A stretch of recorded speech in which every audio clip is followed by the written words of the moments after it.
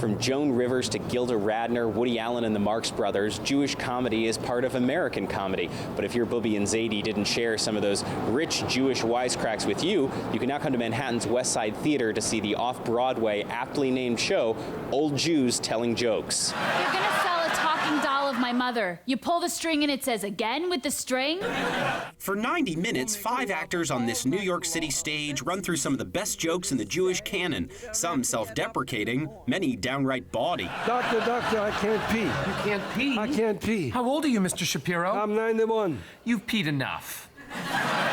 Co-creators Daniel Okrent and Peter Gethers set out to make a show that includes Jewish humor about life from the cradle to the grave. Well, it sort of begins with birth and ends with Shiva, and it kind of makes it easy in a way, that there's a logic, an arc that goes through the phases of life, and at each of the phases, once we get to people being around 20, there's bad sex every kind of 20 years that comes into it as well. And really, again, the premise of the show is you have to laugh at everything about life to make it through all the bad things in life. And of course, what's interesting about the show, we had the hardest time coming up with baby and childhood jokes, because the worse life is, the funnier the jokes are. Indeed, jokes about aging and retirement take center stage, but 2 of the play's 5 actors are definitely not anywhere close to retirement. And one of the basic concepts of the show is that we're all old Jews telling jokes. You don't have to be an old Jew to be an old Jew telling jokes. That's how you get through life. So we really like the idea when we cast 2 young people, and when we were going through the casting process, really our rule of thumb was we're going to go with the 5 funniest people.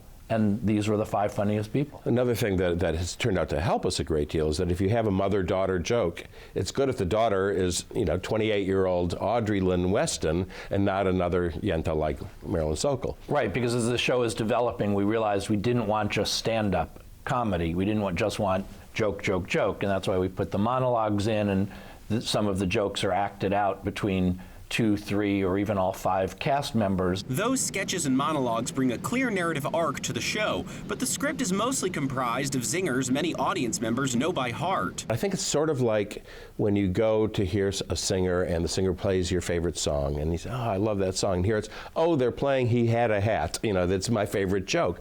And you see the audience, some people in the audience coming alive almost, they're beginning to move with the actors as they get to the punchline, and then they either mouth it along with the actors, or in some cases they shout it out because, they're Jewish. Also, what we found from our personal experiences, but also from talking to people who've seen the show, it's a different experience hearing jokes told by people who actually know how to tell jokes. Yeah, it's really different from having your Uncle Murray tell it at a family reunion than hearing Todd Sussman and Lenny Wolpe tell a joke. The way that, usually when you tell a Jew a joke, he or she comes back to you and says 2 things. "I've heard it already, and I can tell it better." Here, they may have heard it already, but they can't tell it better. Right. But with all the jokes sounding so familiar, does that make the show something of an artifact? I wouldn't call it an artifact. I don't think that it's a relic that we're pulling back from the past. It may be something that is not as tied to us as it once was, that we're holding on to, but it's not reaching back. I think that I find with my own kids, who are now 31 and 29, not such kids. I mean, they grew up on these jokes. They tell them to their friends. It's essential to their lives. It's passing something along. We're an intermediate stop between the past and the future. Especially throughout America, humor is Jewish. And one of the monologues actually talks about people who, in the 50s and 60s, people who'd never met a Jew in Alabama and Salt Lake City are watching Alan King and Jerry Lewis and Soupy Sales and all the funny people on television and on the Ed Sullivan Show were Jews. So that humor, in a sort of insidious fashion, took over America. And so whether people realize it or not, it became part of their lives. Okrent and Gethers say contemporary sitcoms and stand-up comedians have drawn from what they identify as the basic elements of Jewish humor. Pain, suffering, and guilt. Yeah, and overeating and arguments with your parents. Exactly. There's the nature of all Jewish humor and the nature of life.